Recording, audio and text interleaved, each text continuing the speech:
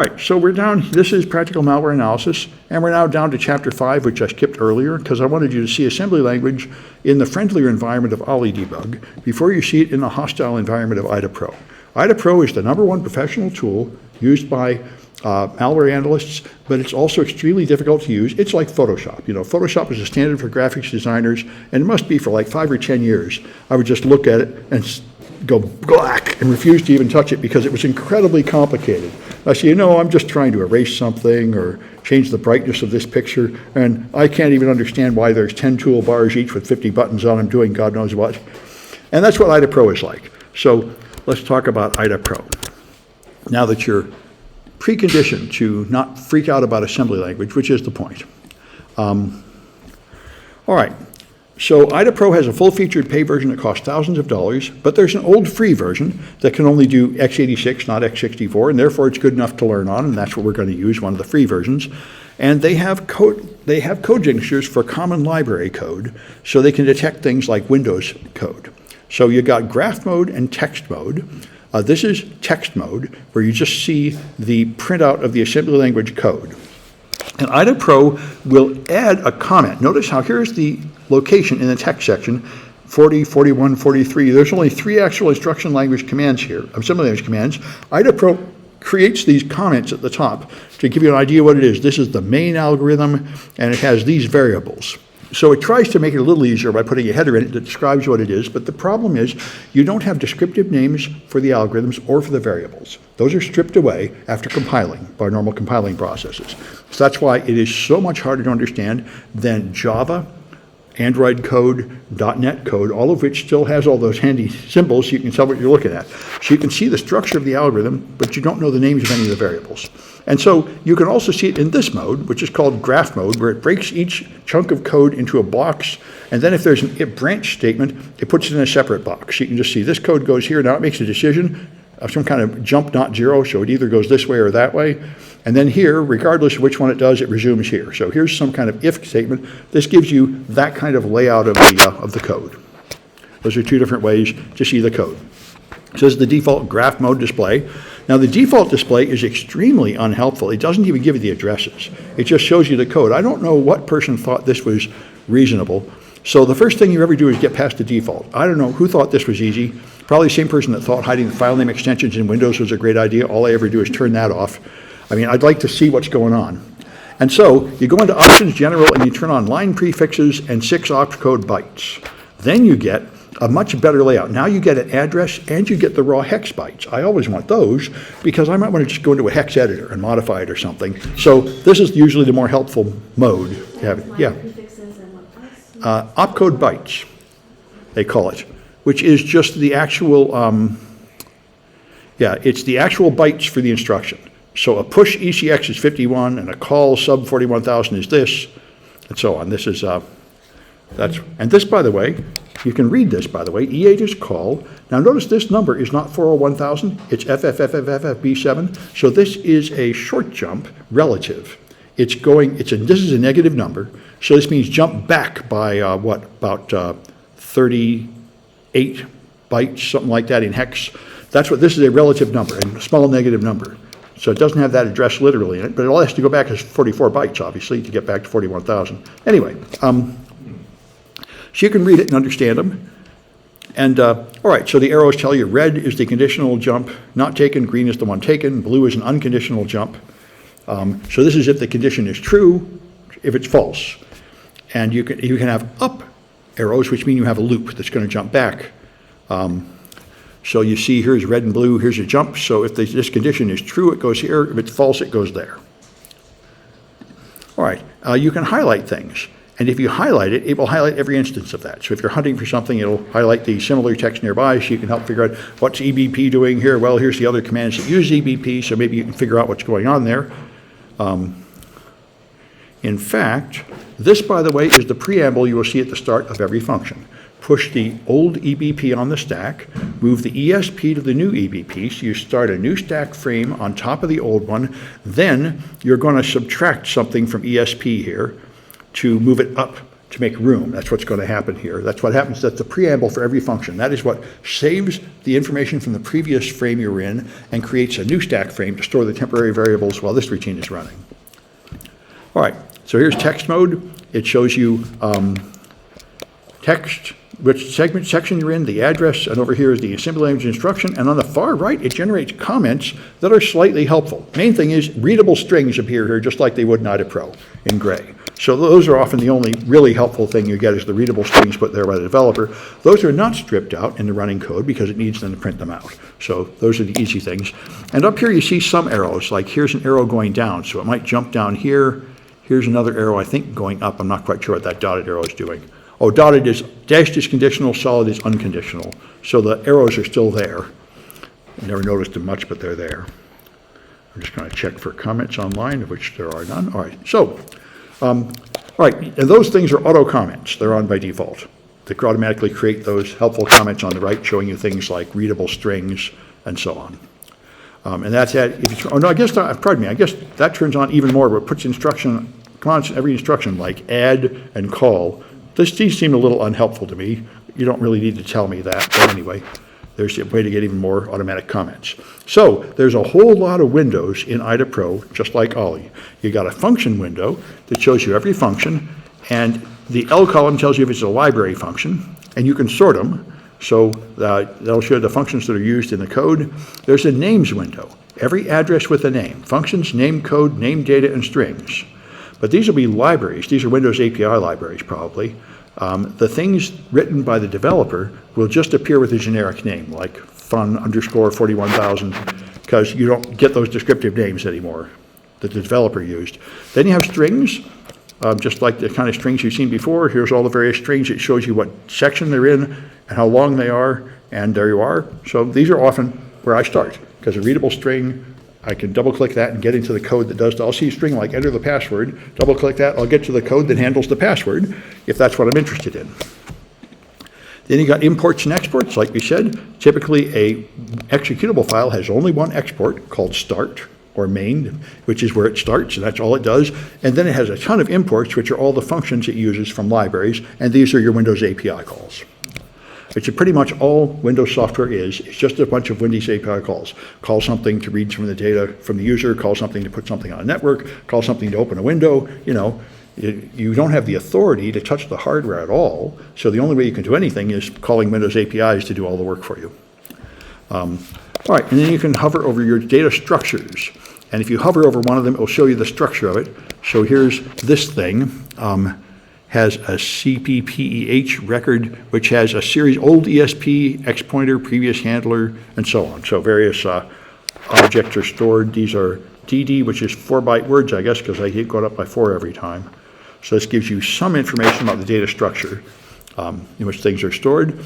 And you can cross-reference things. If you double-click a function, it will jump to the code in a different view.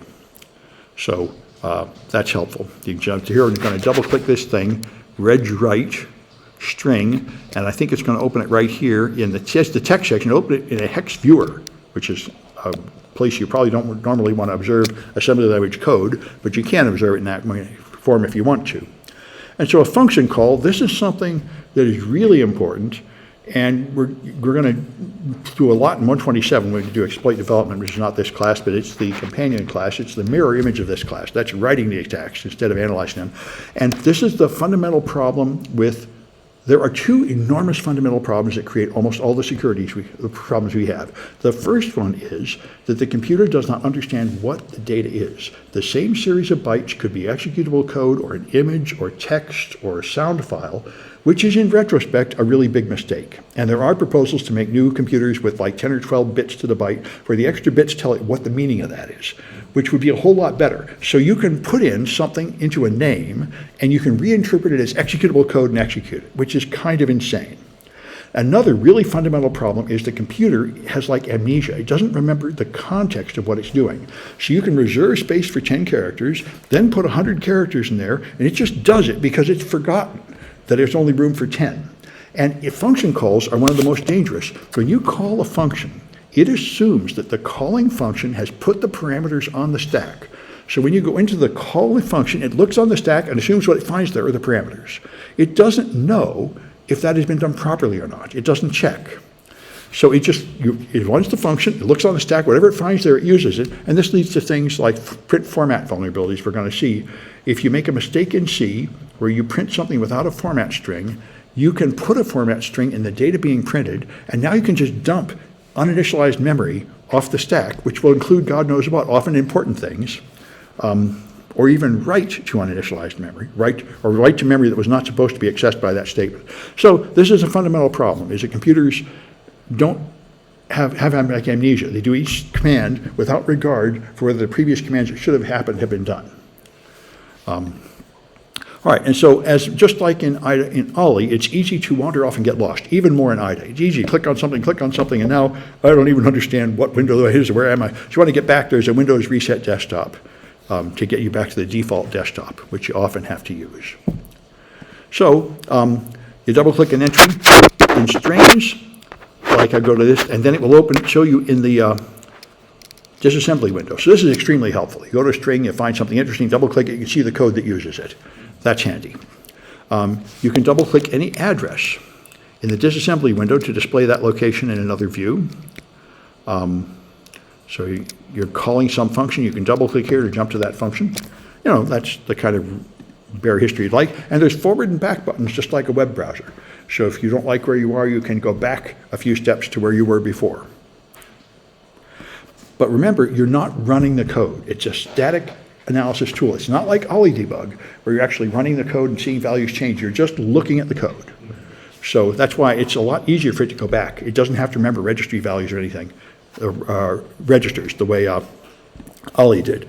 This took me a long time to even notice and understand. This colored band is a one-dimensional outline of the whole function, the whole that you're analyzing. And light blue is light blue is library code. Dark blue is the stuff you want. That's the user-written code. The rest of this is other things like text strings and other things. So this is extremely handy because it's very easy to get lost and wander around and can't find anything useful. If you click the dark blue stuff, you'll be back in the user-written code, which is usually where you want to be. That's where the stuff written by the malware developer is, not the library functions from Microsoft, which are probably not interesting to look at because they're pretty secure, and that's not the malware. The malware is the blue stuff. Right, you can jump to a location, any address you want, and you can search for many things: next immediate values, next text, a sequence of bytes, and so on, to make it easier. If the real experts, I had a student, I mentioned him before, I had a student who took this class and had been a developer at Google and decided to analyze, was an expert on the iPhone boot process. And after learning the basics of IDA here, he went and paid $10,000 to buy IDA with the most expensive plugins. You had to pay thousands of dollars for each plugin so he could disassemble the bootloader for an iPhone, and spent like 3 or 4 months analyzing it. You get like 2 or 3 high precision 4K monitors. You blow this stuff up, and then you go through the code and you label everything. You label the variables, you label the routines, you figure it out, and he figured it out and developed a new iPhone jailbreak, the first new one in 7 years.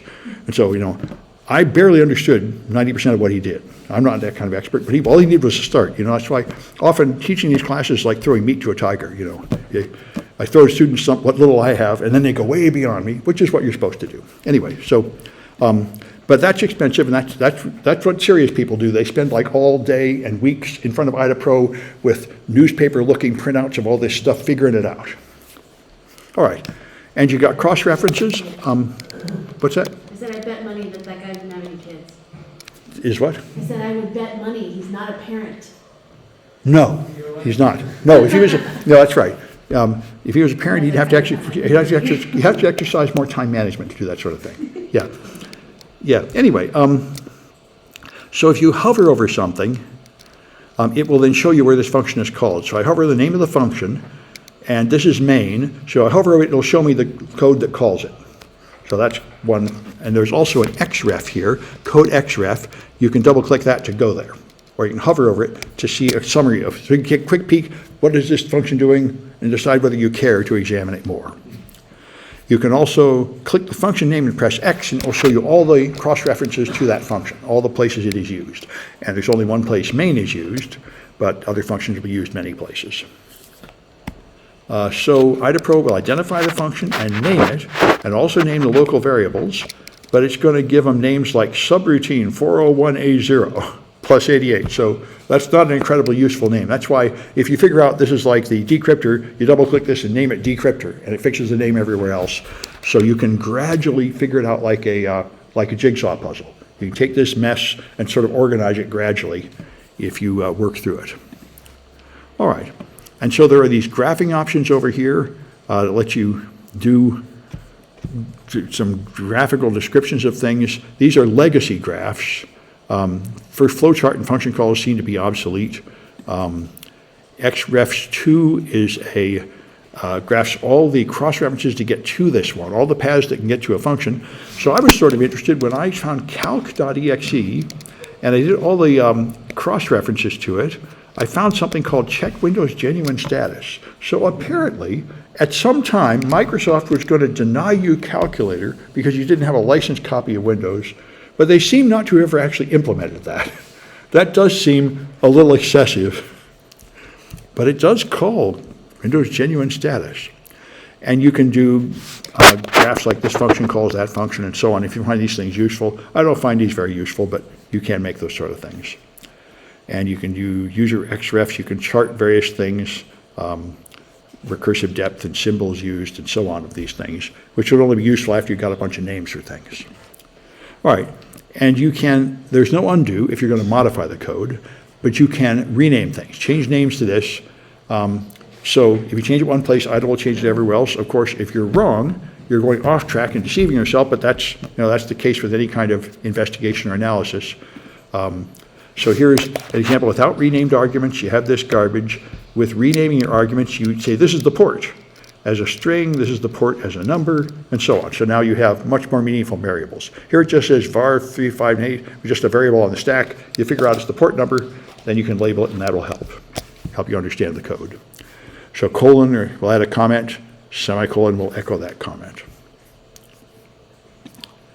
And everything is hexadecimal by default, but you can right-click and turn it into like base 10 or binary if you want to.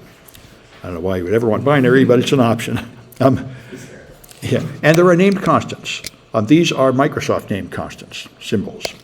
So there's a bunch of them out there that come with the Microsoft Software Development Kit.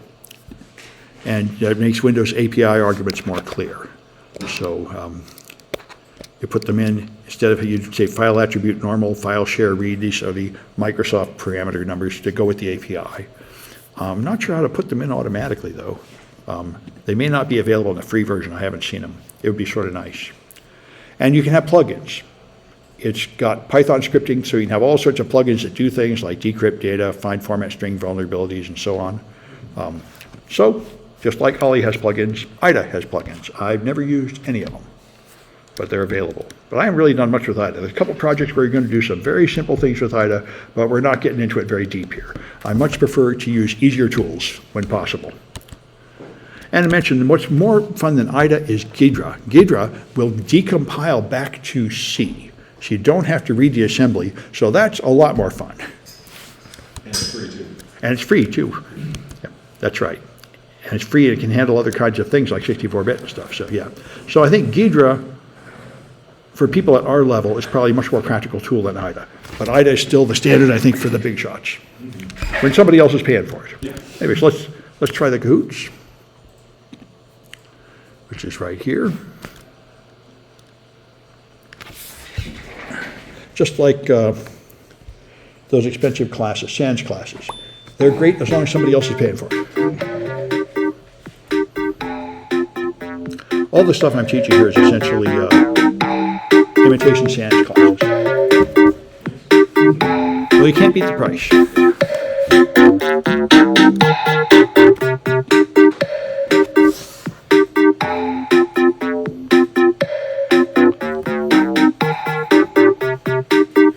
In the SANS classes, though, you work with real malware because they don't have uncontrolled student bodies like this. Everybody paid thousands of dollars to be there and work right in the classroom.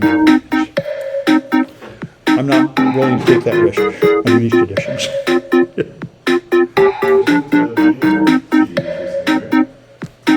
Well, that's true. Yes, the Beamer escapes. Yep. Although, well, you're never perfectly relatively safe, but it's a lot less safe now than it used to be, yeah. And you know what, if you analyze Android malware, you have to have a real phone, because it all detects via virtual environments and won't run. So you might go back to where you just have to have another laptop for the malware. When I first got Windows certified, there were no virtual machines, and I just went on eBay or something, and I bought like 5 old machines, and they were just piled up with monitors in my room. I was afraid an earthquake would crush me in my sleep.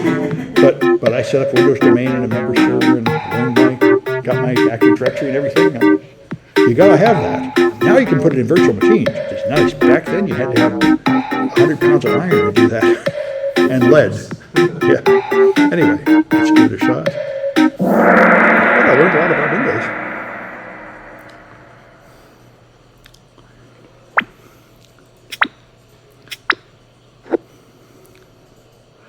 All right, so what feature shows instructions in little boxes connected by arrows? That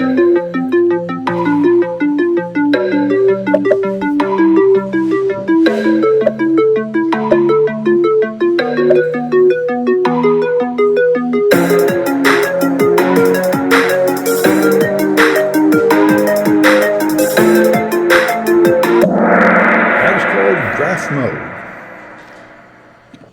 It's the standard way people present assembly code, as if they think it makes it easier to understand, which I am far from convinced it does. All right, which one shows user-written code as dark blue lines?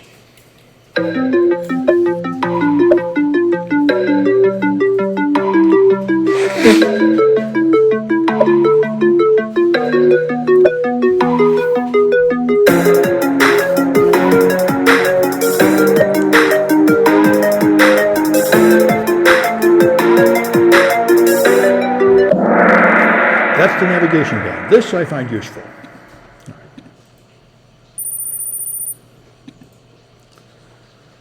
All right. What code cannot be disassembled by the free version?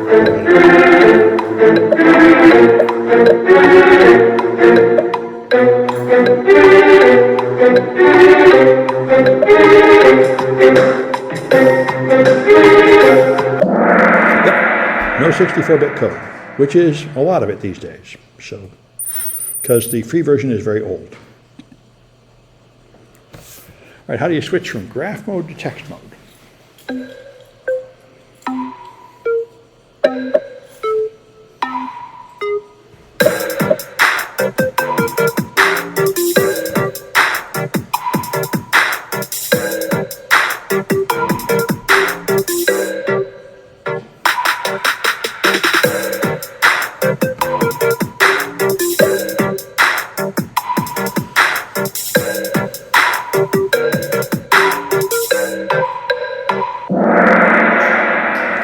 Space bar, there you go. Oh, yeah.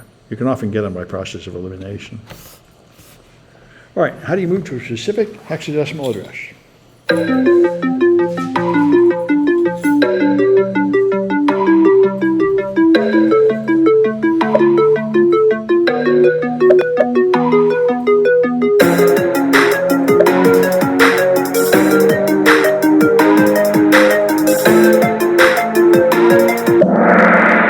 To go to. And by the way, I should mention again something I mentioned last time. The addresses in Ollie will not agree with the addresses in IDA, because Ollie has to load the code where it really goes, which is typically randomized by address-based layout randomization, and IDA is not running the code, so it just shows the code at its base address. So you have to subtract some number of thousands to move from one to the other, which can be confusing. Anyway.